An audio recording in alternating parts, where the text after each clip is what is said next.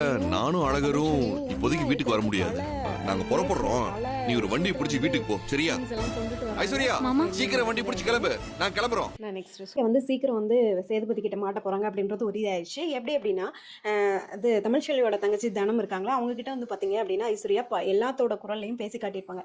அப்போ வந்து உள்ளே உட்காந்துட்டு இருக்கப்ப சேதுபதி தமிழ்ச்செல்வி எல்லாம் உட்காந்துட்டு இருக்கப்ப அப்போ வந்து சேதுபதி சொல்லுவாங்க, இந்த மாதிரி நீ பண்ணவ தானே, அதாவது இப்படி ஜெனி வந்து இந்த மாதிரி கொலை பண்ணி அந்த விஷயம்லாம் நடந்துச்சுல, அவங்க அப்பா உள்ளே போனாங்கல்ல ஜெயிலுக்கு. ஸோ இந்த விஷயம்லாம் பேசுகிறப்ப தமிழ்ச்செல்வி நான் தப்பே பண்ணலை, மறுபடியும் சொல்கிறேன் அப்படின்னு சொல்லி சொல்கிறாங்க. அப்போ தமிழ்ச்செல்வியோட அப்பா கேட்குறாங்க, நீயும் இதில் வந்து கரெக்டாக இருக்க, அதாவது நீ நான் தப்பு பண்ணலன்னு மறுபடியும் சொல்கிறேன், அப்படி இருக்கப்ப யார் பண்ணியிருப்பா அப்படின்றப்ப தான் வந்து தமிழ்ச்செல்வியோட தங்கச்சி ஞாபகம் வருது. ஐஸ்வர்யா வந்து எல்லாவோட குரல்லையும் பேசுவாங்களே, ஏன் அவங்க பண்ணிடக்கூடாது அப்படின்னு சொல்லிட்டு உடனே வந்து சேதுபதிக்கு வந்து ஓ இதெல்லாம் பண்ணது ஐஸ்வர்யாவா அப்படின்ற மாதிரி ஷாக் ஆகுது.